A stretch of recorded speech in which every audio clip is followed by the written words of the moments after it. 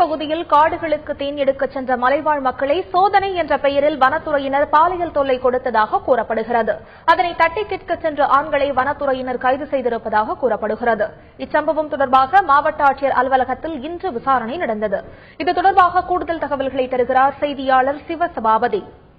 கடந்த சில தினங்களுக்கு முன்பு இந்த கடமலைக்குண்டு ஏரியாவிலிருந்து சுருளிமலை பகுதியில் அந்த வனத்தில் தேன் மற்றும் கிழங்குகள் எடுக்கிறதுக்காக வந்த மலைவாழ் மக்கள், அதாவது குறிப்பா பெண்களிடம் வனத்துறையினர் தகாத முறையில் ஒரு பாலியல் பலாத்கார முறையில் ஈடுபட்டாங்க அப்படின்னு சொல்லிட்டு இவங்க குற்றம் சாட்டப்பட்டாங்க.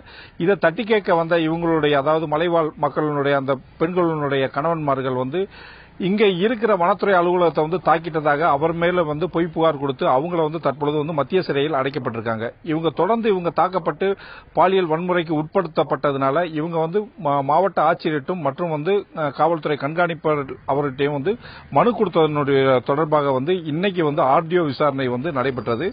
பெரியகுளம் ஆர்டிஓ ஆனந்தி அவங்க தலைமையில கிட்டத்தட்ட ஒரு 6-7 பேரை அந்த மலைவாழ் மக்களை கூட்டு ஆதி திராவிடர் விடுதியில இந்த விசாரணை நடைபெற்றது. பின்பு அவங்கள வேறொரு இடத்துக்கு கொண்டு சென்றிருக்காங்க.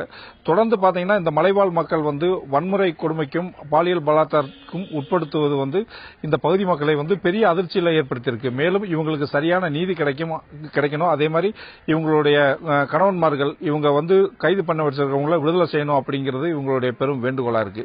தந்தி செய்திகளுக்காக கடமலைக்குண்டிலிருந்து கேமராமேன் தனபாண்டியுடன் ஆர். சிவசபாபதி.